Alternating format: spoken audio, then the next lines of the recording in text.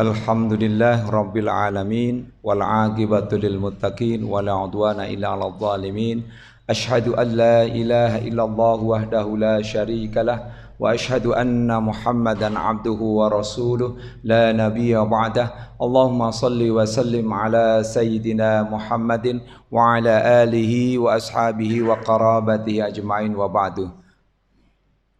Bapak-bapak, ibu-ibu, para jamaah yang dirahmati Allah Subhanahu wa taala.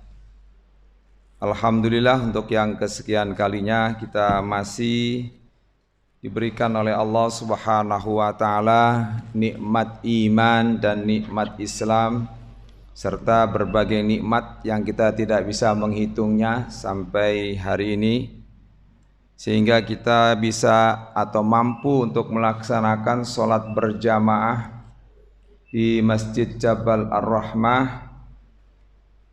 Semoga Allah Subhanahu wa taala melipat gandakan pahala bagi kita semuanya. Amin amin ya rabbal alamin. Dan tentunya langkah kaki kita yang kanan ini akan mengangkat satu derajat dan yang kiri akan menghapuskan satu dosa atau satu kesalahan, insya Allah, di mana disebutkan oleh Rasulullah SAW. Begitu pula juga duduknya kita di sini di majelis ta'lim atau majalisul ilmi, majelis-majelis ilmu, insyaallah para malaikat akan mengepakkan sayapnya dan datang untuk menghadirinya dan mendoakan kita semuanya. Kita didoakan oleh para malaikat dan juga di sini kita duduk. Maka sesungguhnya Allah Subhanahu wa taala sebagaimana yang disabdakan oleh Rasulullah ya dalam hadisnya, ma ijtama'a qaumun ya yaqra'unal kitaba ay yaqra'unal Qur'an wa yatadarasunahu illa ya anzalallahu alaihimus sakinah wa khaffathumur rahmah ya wa khaffathumur rahmah wa khasyiathumur rahmah wa khaffathumul malaikah wa dzakara ay wa dzukira ma inda rabbihim min siwa. Jadi tidaklah berkumpul suatu kaum atau kelompok orang banyak ya, di situ disebutkan min baitin min fi baitin min buyutillah, ma ijtama'a qaumun fi baitin min buyutillah. Tidaklah berkumpul suatu kaum atau suatu kelompok orang banyak di suatu rumah dari rumah-rumah Allah, ini di masjid. Ini merupakan rumah Allah Subhanahu wa taala, kecuali Allah akan turunkan, kecuali dia akan mendapatkan satu. Allah akan menurunkan ketenangan dalam dirinya. Ketenangan dalam beribadah, ketenangan dalam berkeluarga, ketenangan dalam bekerja, ketenangan juga di dalam keadaan apapun yang sesungguhnya itu datangnya dari Allah Subhanahu wa taala. As-sakinah, as-sukun, ketenangan. Kemudian yang kedua, dia akan mendapatkan rahmat dari Allah Subhanahu wa taala, kasih sayang dari Allah Subhanahu wa taala. Dan yang ketiga, dia akan mendapatkan naungan daripada para malaikat-malaikat Allah Subhanahu wa taala di tempat majelis ilmu atau majelis ibadah atau majelis zikir seperti ini. Dan kemudian yang keempat, Allah Subhanahu wa taala akan dia namanya disebutkan di sisi Allah Subhanahu wa taala, di sisi para al-malaul a'la, yaitu para malaikat yang ditinggikan oleh Allah Subhanahu wa taala. Ya, sekalipun kita itu terkantuk-kantuk, tertidur-tidur, ini sesungguhnya kita sudah mendapatkan ya naungan dari Allah Subhanahu wa taala. Jangan dikira tidurnya orang ini pasti mendengar, ya pasti mendengar. Tidur seperti ini tidur ayam gitu ya. Bukan tidur beneran, bukan plus gitu ya. Walaupun sedikit-sedikit hilang set, tapi nanti muncul lagi, ingat lagi. Dan itu sudah menempel. Mungkin menempel di kulit-kulit, ya. Mungkin juga menempel di telinga atau masuk di telinga, ya. Keluar ke telinga kiri gitu ya.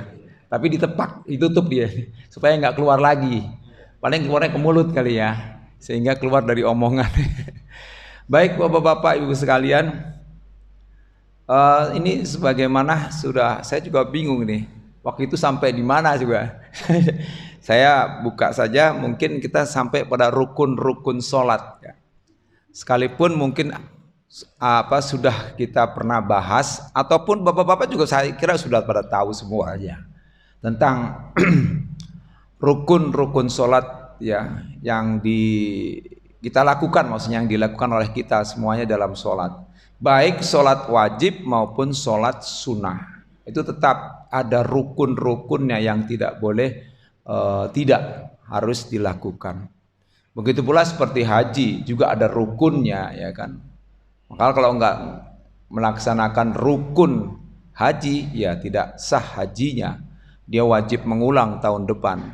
Ya, berbeda dengan wajib haji. Kalau wajib haji itu kalau salah satunya tidak dilakukan maka tidak mengapa. Cuman dia harus membayar dam dan tidak perlu mengulang tahun depan.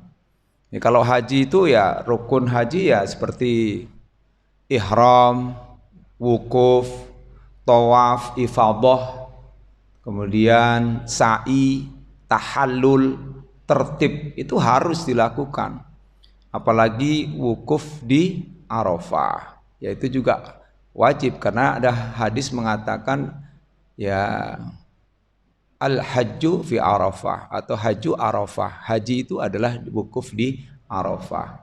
Nah, dalam rukun sholat juga sama. Rukun-rukun itu kan sesuatu atau hal-hal yang harus dilakukan di dalam melakukan suatu pekerjaan ibadah itu. Contoh kalau sholat, rukun sholat ya hal-hal perkara-perkara yang harus dilakukan di dalam sholat. Ya, berbeda dengan syarat. Kalau syarat itu kan ya hal-hal yang harus dilakukan di luar sholat. Kalau ini di dalam sholat. Kalau salah satunya tidak dilakukan maka sholatnya tidak sah dan harus diulang. Hanya saja ketika berkaitan dengan beberapa rukun ini ada beberapa ulama yang berbeda pendapat. Ya. Ada beberapa ulama yang berbeda pendapat. Ada yang mengatakan ya batal, ada yang mengatakan tidak, hanya saja berdosa. Baik, kita langsung saja. Al-babul khamisu fi kaifiyatis shalah. Bab kelima tentang tata cara salat. Wa fihi faslani, dan di dalamnya ada dua fasal. Fasal yang pertama, al-faslul awwalu fi arkanis shalah. Pasal yang pertama berkaitan dengan rukun-rukun sholat. Apa saja sih rukun-rukun sholat itu? Wahia, diantaranya yang disebutkan di sini ya, an-niyatu, niat. Kemudian wal qiyamu, berdiri. Itu termasuk rukun sholat, berdiri. Ya. Kecuali yang tidak mampu. Ya, kalau nggak mampu berdiri boleh duduk. Kalau nggak mampu duduk, boleh berbaring. Kalau tidak mampu berbaring, boleh telentang. Ya, kalau telentang, kalau nggak telentang nggak bisa, boleh pakai isyarat. Kalau pakai isyarat pun juga tidak bisa, disolatin alias meninggal dunia. Ya, jadi seperti itulah. Jadi memang sangat mudah ya, tidak artinya tidak dipaksakan gitu ya, harus melakukan dalam posisi berdiri gitu. Kemudian wa takbiratul ihram, takbiratul ihram ya, takbiratul ihram, takbir permulaan di dalam sholat, Allahu Akbar, itu rukun ya, disebutkan di sini. Ihram itu artinya mengharamkan. Maksudnya mengharamkan apa? Mengharamkan dari perbuatan biasa untuk melakukan perbuatan khusus beribadah kepada Allah. Sehingga pada saat sudah mengucapkan takbiratul ihram, Allahu Akbar, enggak boleh berbicara, tidak boleh melakukan hal-hal yang dapat membatalkan sholat. Itu takbiratul ihram. Terus wa qiraatul Fatihah, membaca surat Al-Fatihah. Nanti kita akan bahas satu persatu. War ruku juga termasuk ini. Ya. Kalau sholat nggak ruku langsung sujud, nggak. Berarti batal atau tidak sah sholatnya dan wajib diulang. Kemudian wal i'tidal, berdiri dari ruku, ini juga termasuk rukun.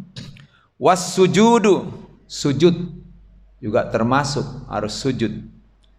Wal julusu bainas sajadataini, duduk di antara dua sujud, itu juga termasuk rukun. Wal julusul akhir, dan duduk tahiyat akhir atau duduk akhir, itu juga termasuk rukun disebutkan di sini. Wat tasyahhudu fihi, dan membaca tasyahud di dalamnya ketika duduk tahiyat akhir. Nah, itu juga harus. Wassalatu ala nabi sallallahu alaihi wasallam fihi, dan mengucapkan sholawat, itu harus. Sholawat yang kita biasa baca itu namanya sholawat Ibrahimiyah. Karena sholawat itu kita bersolawat kepada Nabi dan keluarganya, dan juga kakek moyangnya Nabi Ibrahim dan keluarga Nabi Ibrahim. Inilah berdasarkan hadis tentang sholawat di dalam sholat inilah, maka kita hendaknya kalau bersolawat sebaiknya tidak bersolawat hanya kepada Nabi saja, keluarganya pun disolawatin gitu. Sehingga ini yang lebih sempurna lah ibaratnya. Ya tidak mengapa sih sholawat hanya kepada Nabi, karena kan juga sesuai dengan perintah Allah dalam surat Al-Ahzab ayat 56 ya. Di situ kan disebutkan innallaha wa malaikatahu yusholluna 'alan nabi ya ayyuhalladzina amanu shollu 'alaihi wa sallimu taslima. Nah, itu di situ ada perintah. Artinya bersolawatlah kepada Nabi, ya, bersolawatlah dan juga ucapkan salam kepadanya, salam sejahtera kepada Nabi Muhammad SAW, kedamaian untuk kepada Nabi Muhammad SAW. Jadi kebahagiaan dan kesejahteraan atas Nabi Muhammad SAW. Nah, ditambah dalam solawat di dalam solat itu serta keluarganya dan kakek moyangnya yang disebut dengan solawat Ibrahimiyah. Nah, ini juga harus termasuk rukun. Wassalamu, dan juga mengucapkan salam. Nah, ini mengucapkan salam yang pertama yang rukun. Sedangkan salam yang kedua itu sunnah hukumnya. Kemudian wat tartibu, tertib juga termasuk rukun. Dan ada juga yang menambahkan dengan tumak ninah. Nah, ini tumak ninah. Nanti dia ada hadisnya membahas. Tumak ninah itu tenang, jangan terburu-buru, ya, tenang dulu. Takbiratul ihram misalnya, kemudian sebentar tenang, baru kemudian membaca misalnya doa iftitah atau membaca suratul Fatihah. Nah, gitu. Atau suratul Fatihah itu kalau dalam keadaan sholat sendirian. Nanti kita akan bahas. Baik, kita langsung masuk saja pada hadis yang kedua. Dulu kita sudah pernah membahas tentang niat ya Pak ya. Tapi nggak mengapa kalau saya bahas lagi nih ya. Terkait dengan niat, ini hadisnya diterima dari Umar ya, dari Nabi Muhammad SAW. Innamal a'malu binniyat wa innamal likulli imri'in ma nawa. Sesungguhnya segala perbuatan itu harus dengan niat-niatnya. Ini niat di sini banyak niat-niatnya, karena binniyati bukan binniyah, bukan dengan satu niat tapi binniyati. Wa innama likulli imri'in ma nawa, dan setiap orang bagi setiap orang itu apa yang dia lakukan itu tergantung kepada apa yang telah diniatkannya. Nah, di sini dikatakan wal wajibu alal musalli ayyanwiya ma yuridu salatahu wa talaffudu bin niyati aula ka qaulihi usalli dhuhra fardhan mustaqbilal lillahi ta'ala Allahu akbar. Ya, wal kalamu alal hadisi taqaddama fi kitabin niyati mabsutan. Di sini dijelaskan bagi orang yang sholat wajib membaca niat, ya, wajib membaca niat, ya, walaupun di dalam sekalipun, ya, di dalam hati, boleh juga dengan jahar, ya, di dalam hati. Jadi ia harus berniat sesuai dengan apa yang, ya, diinginkan untuk melakukan sholat, atau sesuai dengan apa yang dia lakukan untuk sholat apa. Inginkan sholat apa? Nah, sholat sunnah, ya dia harus sholat, niatnya sholat sunnah.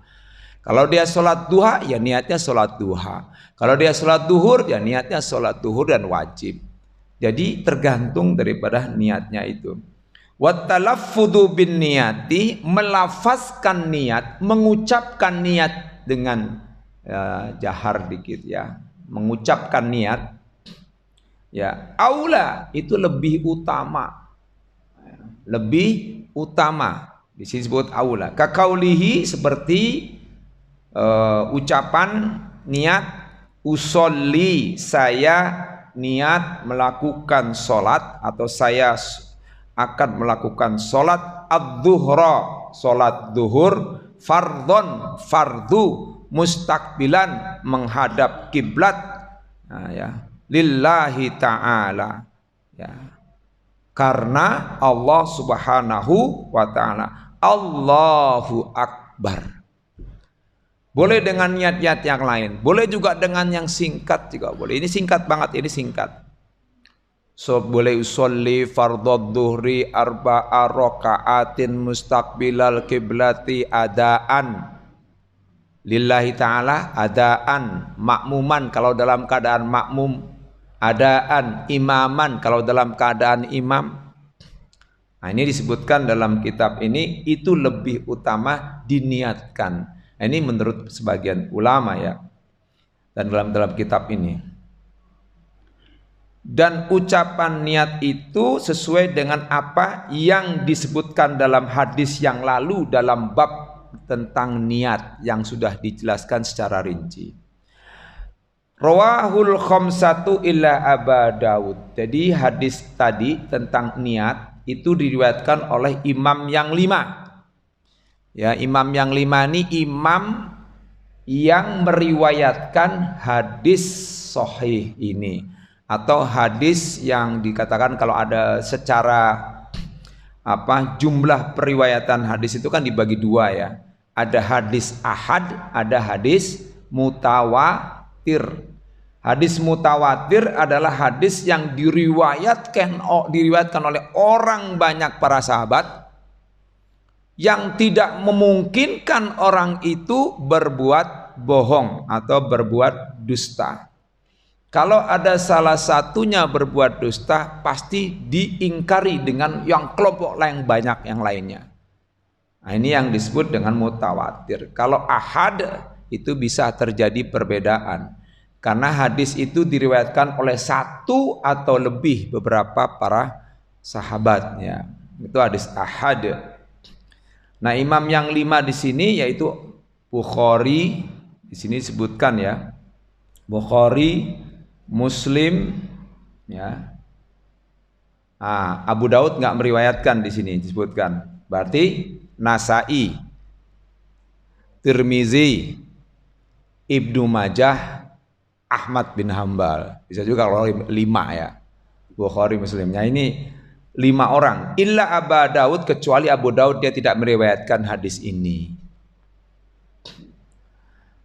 Kemudian an Abi Hurairah, ini hadis yang selanjutnya, radhiyallahu anhu anna Nabiyya sallallahu alaihi wasallam, dari Abu Hurairah radhiyallahu anhu, Allah meridhoinya, bahwasanya Nabi Muhammad sallallahu alaihi wasallam dakhalal masjidah, memasuki masjid.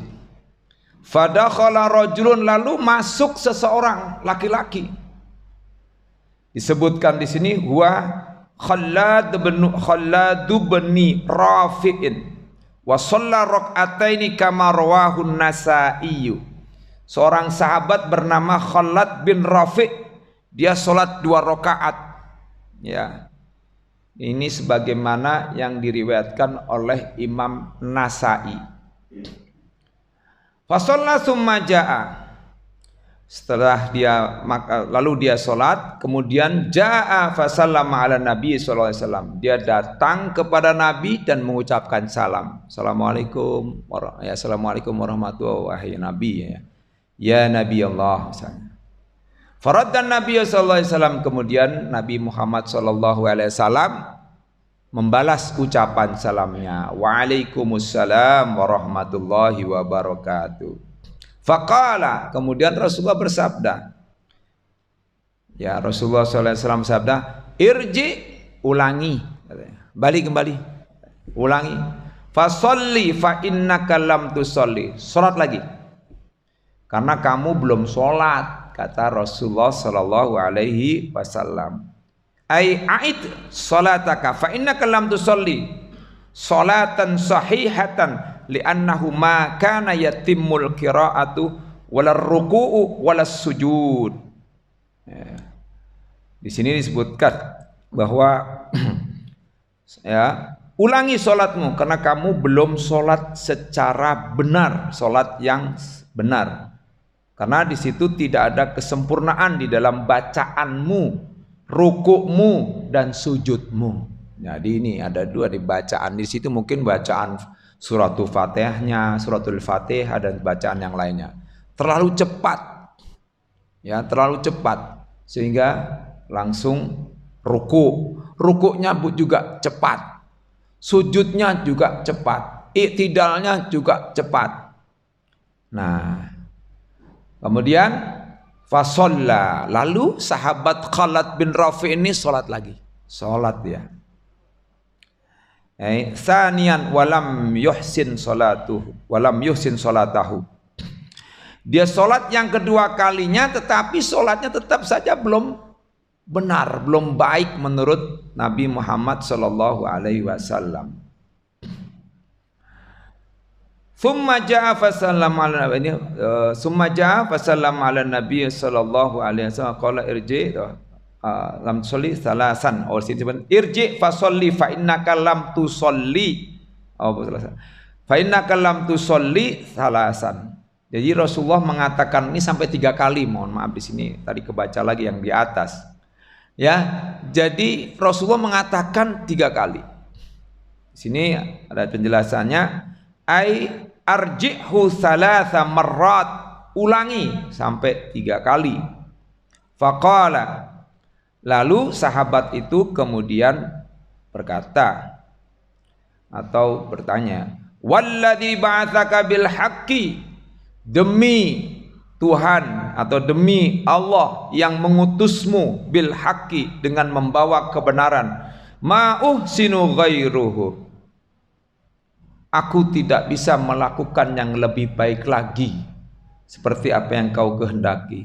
Fa'alimni, karena itu ya Rasulullah, ajariku, katanya.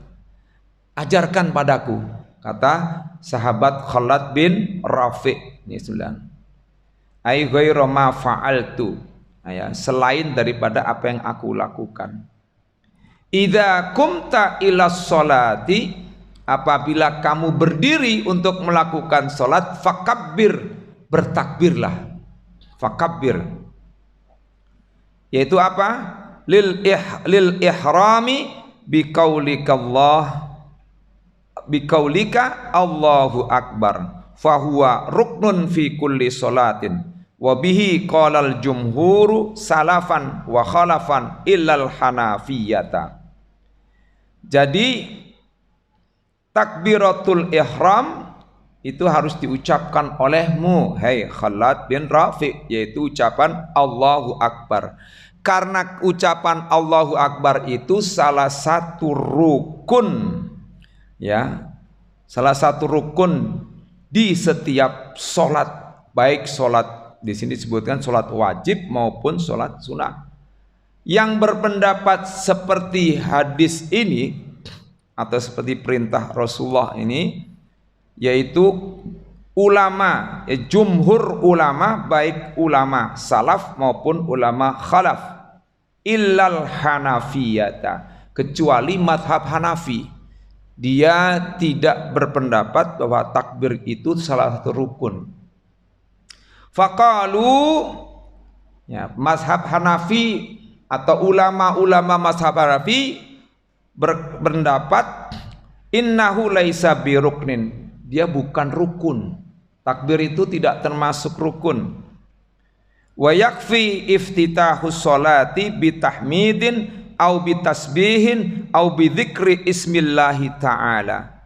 Bagi mazhab Hanafi cukup membuka sholat itu dengan mengucapkan alhamdulillah, tahmid, atau dengan mengucapkan tasbih subhanallah, atau dengan mengucapkan salah satu nama-nama Allah subhanahu wa ta'ala. Itu menurut mazhab Hanafi. Nah, ini kita baru tahu ya. Nah, karena ada yang berpendapat bahwa takbiratul ihram itu tidak wajib, yaitu mazhab Hanafi. Bagi pendapat mazhab Hanafi, ulama Hanafi mengatakan bahwa takbiratul ihram itu tidak termasuk rukun, karena pembuka sholat hanya menurut mereka cukup dengan mengucapkan tahmid, tasbih, atau mengucapkan nama salah satu dari nama Allah subhanahu wa ta'ala. Ini menurut mazhab Hanafi. Baik, kita lanjutkan. Tsumma qra' ma tayassara ma'aka minal Qur'an. Ini hadis Nabi, kita kembali ke hadis Nabi yang tadi, matan dari hadis Nabi atau isi dari hadis tadi. Kemudian bacalah ayat atau surat yang mudah bagimu dari Al-Qur'an, atau surat dari Al-Qur'an yang mudah bagimu. 11 di sini ada penjelasannya. Yang dimaksud di sini tayassara minal Qur'an, ay surah minal Qur'an, ya. Ini adalah surah Fatihatan au ghairaha, surat Fatihah walau ayatan. Ya, surat Fatihah atau surat-surat yang lainnya. Ya, sekalipun itu satu ayat. Ya, sekalipun itu satu ayat. Nah, ini yang berpendapat seperti ini adalah golongan kelompok ulama, di antara mereka itu adalah mazhab Hanafi. Mereka berpendapat sesuai dengan hadis ini dan juga sesuai dengan firman Allah Subhanahu wa taala. Ya, wa liqaulihi ta'ala. Qala jama'atu wa minhum al-hanafiyatu li hadza wali qaulihi ta'ala faqra'u ma tayassara minhu, bacalah ya Al-Qur'an, surat Al-Qur'an yang mudah baginya. Di dalam surat Al-Muzammil ayat 20 disebutkan di situ. Jadi berdasarkan ini firman Allah dan juga berdasarkan hadis Rasulullah, inilah kemudian mazhab Hanafiyah berpendapat yang dimaksud dengan mata yassara minal Qur'an surah Fatihah dan surah yang lainnya. Jadi surah Fatihah dan juga setelah surah Fatihah surah-surah yang lainnya. Ini menurut mazhab Hanafi. Wa qala al-Hafidz, Imam Al-Hafidz mengatakan al-fardu indal hanafiyati qiraatu ma tayassara wal wajibul Fatihatu li annaha thubitat bis sunnati wala tubtilu bitarkiha walakinna yu'thamu illal ma'muma falaysa alaihi syai'un indahum. Difardukan, ya, wajib ini menurut Imam Hanafi, ya, mengenai pendapat bacaan dari kata matayassaro. Yang dimaksud dari kata matayassaro itu menurut Imam Hafid, dia mengatakan bahwa mazhab Hanafiyah itu berpendapat itu adalah surat Fatihah dan surat-surat yang lainnya, gitu. Wal wajibu al-Fatihah, dan diwajibkan juga untuk membaca surat Al-Fatihah karena dia sudah ditetapkan oleh hadis atau sunnah. Tapi menurut mazhab Hanafi ini mengatakan wala tabtulu, bisa juga wala tubtilu bitarkiha, dan tidak membatalkan dengan meninggalkan bacaan surat Fatihah. Walakinna yu'thamu akan tetapi dia dosa. Nah, ini menurut mazhab Hanafi. Jadi kalau seandainya karena dia berpendapat itu wajib juga, cuma dia tidak membatalkan sholat menurut mazhab Hanafi, tapi berdosa kalau meninggalkan bacaan surat Fatihah. Illal makmum falaysa alaisun indahum, kecuali makmum, maka bagi makmum tidak mengapa, ya, bagi mereka untuk meninggalkan bacaan surat Fatihah. Maka kalau imam masbuk nih tiba-tiba sampai sini sudah bacaan surat-surat yang lainnya, udah tidak perlu, ya, tidak perlu baca Fatihah karena sudah mendekati mau ruku misalnya, ikut ruku saja langsung, tidak membaca surat Fatihah. Jangan kemudian dipaksain saat ruku baca Fatihah, jangan. Nah, malah itu dilarang. Ya, pada saat ruku ya bacalah bacaan ruku, subhana rabbiyal adzimi wa bihamdi. Jadi gitu. Ini waqala jumhurus salafi wal khalafi.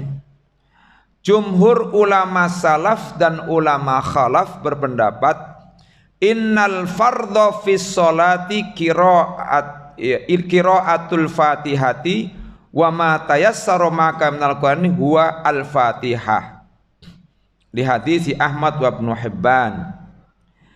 Jadi menurut jumhur ulama salaf dan khalaf, bacaan surat Fatihah dan juga surat-surat yang lainnya, ya, itulah yang disebut dengan dalam hadis wa ma tayassara ma'aka minal Qur'an. Jadi tidak terbatas Quran yang lainnya atau surat-surat yang lainnya, maksud saya. Jadi surat yang lainnya, tetapi di situ termasuk surat Fatihah. Hal ini berdasarkan pendapat dari hadis yang diriwayatkan, ya, sesuai dengan hadis yang diriwayatkan oleh Ahmad dan Ibnu Hibban, di mana bunyinya tsumma qra bi ummil Qur'an wa ma syi'ta, kemudian bacalah dengan ummul Qur'an dan juga surat-surat yang kamu suka. Nah, gitu maksudnya. Nah, ini yang dimaksud dengan surat Fatihah, tsumma qra ma tayassara maka minal Qur'an. Nah, baik. Selanjutnya itu adalah rukun yang kedua, ya, yaitu membaca surat Fatihah. Summarka hatta tatma'inna raki'an, kemudian rukuklah sehingga sampai tumakninah kamu dalam keadaan ruku. Tumakninah itu sempurna rukunya, jangan sebelum sempurna rukunya sudah keburu bangun. Nah, ini imam juga harus menjaga itu. Kadang-kadang imam, ya kan, imam bacaannya dia lebih duluan, dia lebih dulu ruku. Ya, kalau bacaannya misalnya cepat subhanallahil azim langsung, ya kasihan itu imam makmumnya. Oleh karena itu harus berhenti sebentar, sempurnakan rukuknya, terus juga sempurnakan setelah bacaan daripada tasbih yang dibaca itu. Ya, boleh yang panjang ya. Subhanakallahumma bihamdika subhanallahumma firli. Subhanakallahumma rabbana bihamdika Allahumma firli ya, kalau nggak salah. Saya lupa itu. Tapi kalau lagi itu mah baca. Kalau saya baca dua-duanya biasanya. Ya satu yang itu, terus yang kedua subhana rabbiyal adzim wa bihamdi subhana rabbiyal adzim wa bihamdi, supaya agak lama sedikit gitu, biar nanti makmum tidak ketinggalan. Kadang sering kan makmum ketinggalan itu terlalu cepat. Ini belum sempurna, khawatir takutnya makmumnya itu nanti tidak sempat membaca tasbih atau rukunya tidak tumak nina. Nah, tumak nina itu jangan cuman imam doang yang tumak nina, makmum juga harus tumak nina. Supaya makmum tumak nina, imamnya juga harus bijaksana, harus melihat kondisi makmumnya. Apalagi kalau dilihat misalnya di belakang ada ibu-ibu misalnya yang dalam keadaan misalnya ya udah usia gitu ya, udah bapak-bapak yang udah usia yang berat atau dalam keadaan sakit, kita kan nggak tahu, ya kan. Oleh karena itu ya nggak usah terlalu lama-lama sih, terlalu lama juga jangan. Ada juga yang mungkin terlalu lama jadi pusing kepalanya kan begitu, ya bisa juga. Ya jangan usah terlalu lama-lama, ya sedang lah, at-tawassut, jadi sederhana, ya pertengahan. Ya, tidak terlalu pendek, juga tidak terlalu cepat, juga tidak terlalu lambat. Nah, ini ruku. Nah, karena ruku juga kan harus sempurna rukuknya. Punggungnya pun harus lurus dengan kepalanya, ya, punggung atasnya itu kan. Ya. Juga ruku itu juga yang benar ya. Jangan kepalanya terlalu ke bawah. Saya melihat ada itu. Kepalanya terlalu ke bawah. Yang dipegang bukan dengkulnya tapi betisnya. Nah ini terlalu menunduk banget itu. Ya itu menurut saya ya harus belajar itu. Nah, contohnya coba ya. Contoh ruku yang tepat ya. Kasih contohnya. Contohnya saya aja langsung. Ini saya hadapnya ke sono ya, mohon maaf ini. Ya begini. Nah ini begini ya. Ini menggenggam ya, menggenggam. Ini menggenggam. Jangan begini. Nah, ini ada yang begini nih. Ya, atau ada yang begini. Namanya lari. Itu namanya lomba lari itu. Ya, itu kurang tepat. Jadi yang benar lah ya, yang pas. Nanti seperti kayak binatang buas gitu kalau dikatakan dalam hadis itu ya. Jangan seperti itu. Jadi sumarka hatta tatma'inna raqian. Jadi ada juga yang memasukkan tumak nina sebagai rukun. Ya, sehingga rukunnya menjadi 14. Kalau ini kan tadi kan 13 tambah tumak nina. Tumak nina di setiap gerakan. Di tumak nina di setiap gerakan dan bacaan. Juga tumak nina bacaan. Ya sebaiknya juga kalau baca misalnya imam itu jahar keras ya bacaan suratnya, nah itu juga pas di ujung udah selesai nih jangan langsung ruku, ada juga berhenti sebentar, langsung Allahu Akbar, itu yang juga tumanina juga. Baik, kemudian summarfa hatta ta'dila qa'iman, kemudian bangun dari ruku. Ya, bangun dari ruku sampai lurus berdirinya. Ya, ta'dila, lurus. Jadi berdiri itu dalam posisi lurus. Sumasjud hatta tatma'inna sajidan. Kemudian sujud sampai dengan tumak ninah sujudnya. Sumarfa hatta tatma'inna jalisan. Kemudian bangun dari ruku untuk melakukan sujud, untuk melakukan duduk secara tumak nina. Tumasjud hatta tatma'inna sajidan. Kemudian sujud lagi sehingga sampai tumak ninah sujudnya, sempurna sujudnya. Nah, ini ada penjelasannya. Fihi annal julusa baina sajdataini wal i'tidala minar ruku'i wat tuma'ninata fihima wa fir ruku'i was sujudi wajibatun. Di dalam hadis ini ada menjelaskan bahwa duduk di antara dua sujud, i'tidal bangun dari ruku, ya, dan tumakninah di antara keduanya, maksudnya antara duduk di antara dua sujud, i'tidal, ruku, di antara keduanya, ya, yaitu di antara ruku dan sujud disebutnya gini. Itu adalah hukumnya wajib. Wajib. Wabihi qolal jumhuru, ini adalah juga sesuai dengan pendapat jumhur ulama.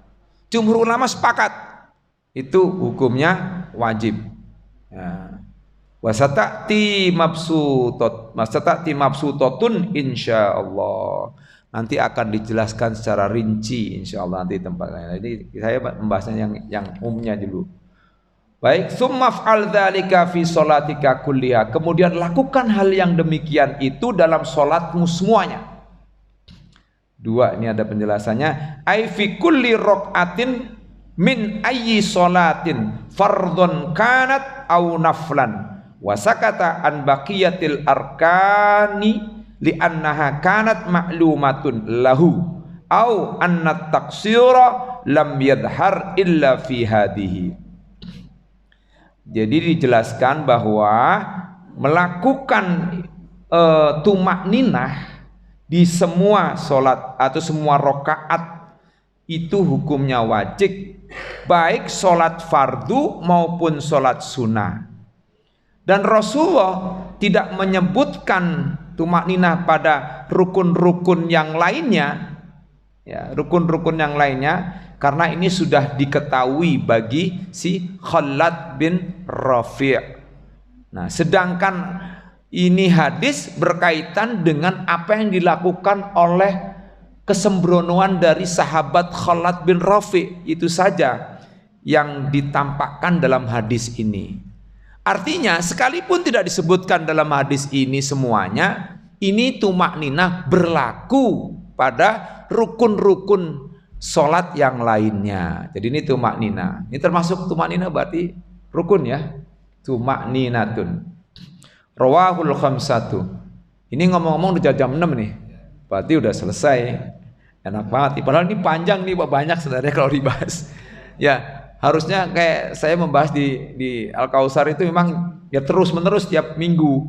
Itu terus saya masih keutamaan tentang, ya kalau di sana keutamaan ilmu dan ulama. Keutamaan ilmu dan ulama masih terus saya bahas di sana. Ya, kalau ini sudah, karena di sana ada permintaan, Pak, kalau bisa bahas yang lainnya, Pak, jangan tentang sholat, ya oke, ganti ini ganti. Nah, ini kan tentang ilmu. Nah, kalau di sini nih ya kita kan ya sesuai dengan. Barangkali mungkin kalau ada yang bertanya ya silakan, kalau enggak ya kita tutup. Ya, kayaknya enggak ada nih, alhamdulillah. Berarti udah pinter semuanya. Aduh, ada juga ya Pak Haji Atma. Silakan Pak Haji Atma. Ini langganan kalau ini mah, nggak boleh ditinggalin. Waalaikumsalam warahmatullahi wabarakatuh. Kalau mau kaji mengenai sholat, kayaknya memang nggak pernah tuntas ya, dalam arti setiap individu itu mencari keutamaan dalam sholat. Nah, fadilah dari sholat itu apakah membekas kepada individu? Karena sepertinya secara umum keutamaan sholat itu tidak membekas, karena ada saat imam dia takbir, tumanina dan lain-lain, tapi dalam sholat sendiri dia kayaknya ngejar setoran. Oh iya, betul. Nah, ini kayaknya kembali ke diri masing-masing, ya. Iya, Pak. Apakah dia bisa membentuk karakteristik seseorang untuk mendapatkan fadilah tersebut. Oke, Pak. Tadi sebenarnya udah dijawab Pak Haji sendiri tuh barusan. udah iya gak apa-apa. Udah punya. Betul Pak Haji, nggak apa-apa. Pembelajaran buat diri kita sendiri dan jamaah. Iya betul Pak Haji. Karena ini kan edukatif sifatnya. Iya baik Pak Haji. Ini ditambahkan hadis ini oleh Abu Daud. Fa idza fa'alta hadza faqad tammat sholatuka wa man taqassat min hadza syai'an fa inna man taqassat fa inna man qastahu min sholatika. Apabila kamu melakukan ini semuanya, maka kamu sudah sempurna sholatmu. Tetapi kalau kamu melakukan sholat ini ada yang kurang dari yang sini yang disebutkan ini, maka sesungguhnya kamu telah mengurangi kesempurnaan sholatmu. Nah ini tambahannya ini Pak Haji. Pak Haji nanya, ini ada tambahannya dari Abu Daud ini. Jadi kesempurnaan sholat itu memang tergantung dari seseorang itu. Oleh karena itu perlu orang itu, setiap individu untuk memahami kesempurnaan di dalam sholat. Kalau ini kan fikih. Fikih itu kan ibaratnya batasan paling dasar. Artinya ya batasan paling dasar. Kalau ini sah, ini tidak sah, ini sah. Dan itu juga terkadang terjadi perbedaan di sana sini. Tapi sesungguhnya di dalam ketetapan ada syarat, ada rukun, ada sunnah dan sebagainya, ada yang batal. Itu tujuannya agar sholat kita sempurna. Nah setelah itu tidak hanya itu yang kita konsentrasikan, lebih jauh daripada itu, yaitu bahwa kita harus bisa ya menjadikan sholat itu berpengaruh pada diri kita, sehingga ini kemudian menularkan kebiasaan-kebiasaan kesempurnaan sholat kita. Pada saat kita sholat berjamaah kita kan ikut imam, maka pada saat sholat sendiri pun jangan juga kemudian kita meninggalkan kesempurnaan ini. Tumakninah tetap dilakukan, baik sholat sendiri maupun sholat berjamaah, ya kan? Ya kalau sholat sendiri seperti disebutkan oleh Pak Haji, ya memang harus disempurnakan juga tumakninahnya. Ya mulai dari takbirnya, bacaan Fatihahnya jangan buru-buru. Sebaiknya bacaan Fatihahnya ini ada di sini, nanti ada nih. Itu bacaan Fatihahnya kalau bisa, kalau saya sih setuju per ayat dan dipahami seolah-olah kita sedang berdialog dengan Allah Subhanahu wa taala. Ya, Bismillahirrahmanirrahim. Alhamdulillahi rabbil alamin. Ar-Rahmanir-Rahim. Maliki yaumiddin. Kalau Umar bin Abdul Aziz, ya, cicit dari Umar bin Abdul Khattab, itu sampai beliau itu memaknai itu, dia diam agak lama ketika mengucapkan itu. Sambil dia kan mengatakan, kemarin ada juga sebutkan bahwa kenapa engkau berhenti agak lama ketika membaca suratul Fatihah per ayat? Karena aku ingin menikmati dialogku dengan Allah Subhanahu wa taala. Karena kita ini sedang ngomong dengan Allah, maka Allah juga menjawab bacaan kita. Nah itu Umar bin Abdul Aziz tuh mengatakan begitu, ya. Tabi'in ya, itu bukan sahabat ya, tabi'in, cicit dari Umar ibnul Khattab itu kalau nggak salah. Nah oleh karena itu kita harus juga menyempurnakan sholat kita baik dalam keadaan sendiri, ya. Lalu kapan lagi kita mau menyempurnakan sholat kita kalau bukan mulai dari sekarang dan mulai dari diri kita sendiri. Kalau kita sudah terbiasa, insya Allah kita akan bisa untuk sempurna dalam sholat kita, yaitu melaksanakan hak-hak sholat itu sendiri, termasuk rukunnya, sunnahnya. Kalau bisa sunnahnya, ya, jangan rukun-rukunnya doang. Rukun-rukun memang harus, kalau tidak ya nggak sempurna.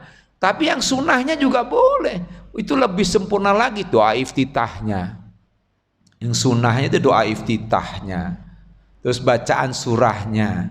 Maka bacaan surahnya kita boleh panjang. Kalau lagi sholat sendirian misalnya boleh dengan surah yang agak panjang, nggak apa-apa. Seperti pada sholat tahajud atau sholat fardu tapi sendirian di rumah, mungkin karena kondisi sehingga sholat di rumah, boleh kita panjangkan, ya kan? Kita panjangkan, kita langsung maknai, itu kan lebih sempurna, lebih bagus dan lebih apa kalau disebut itu itqan ya. Itqan itu lebih sempurna lah, itqan ya. Kalau orangnya mutkin, ya kan? Mutkin itu orang yang sudah sempurna, udah mantap banget itu. Itqan itu udah mantap banget itu. Di sholatnya itu udah nggak main-main lagi, udah nggak keburu-buru lagi, sudah nggak diburu-buru oleh kehidupan dunia. Betul-betul kalau udah sholat plek, udah langsung menghindarkan segalanya yang berbau dunia, artinya mengganggu dunia. Saat itu kalau kita ingat kematian, itu baru deh kita itu akan merinding. Ingat kematian aja, ingat kematian, bayangin kematian, bayangin kematian.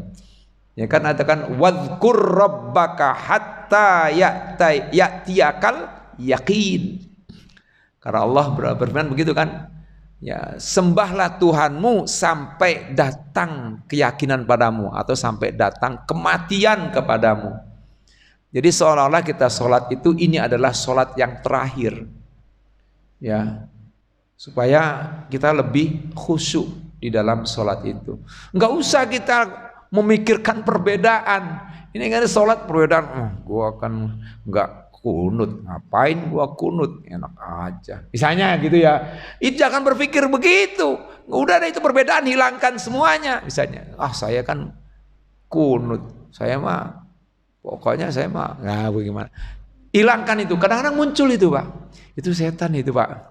Itu muncul aja, ada aja, trek tuh, ini yang imam, ini astagfirullah, langsung istighfar aja kepada Allah Subhanahu wa Ta'ala. Al-fiqh kalau dalam secara bahasa kan ya al-fiqhu lughatan al-fahmu. Fikih secara bahasa itu adalah pemahaman. Maka suatu keniscayaan terjadi perbedaan. Kemarin beda, nggak apa-apa beda. Kemudian sesuai dengan keyakinan. Ya, kalau yang misalnya Sabtu, ya sesuai dengan hisab yang paling tepat. Karena itu dari Allah Subhanahu wa Ta'ala misalnya. Yang itu juga tepat juga, paling tepat juga karena ruqyat ada perintahnya juga dari Allah, semua dari Allah. Ya. Kalau itu kan sesuai dengan hisab kan dalam Al-Qur'an disebutkan ya. Huwallazi khalaqasy syamsa diya'an wal qamara nura wa qaddarahu manazila li ta'lamu adadas sinina wal hisab. Tuh hisab. Dialah Allah yang menjadikan matahari bersinar dan menjadikan bulan bercahaya, dan dialah yaitu Allah menetapkan manzilahnya, posisi tempat daripada benda-benda langit itu. Wa qaddarahu li ta'lamu adadas sinina wal hisab. Untuk apa? Untuk mengetahui jumlah-jumlah bilangan tahun dan juga untuk hisab perhitungan. Lalu yang ru'yat, yaitu juga ada. Ya hadis Rasulullah juga dalam Al-Quran. Faman syahida minkum syahra falyasum.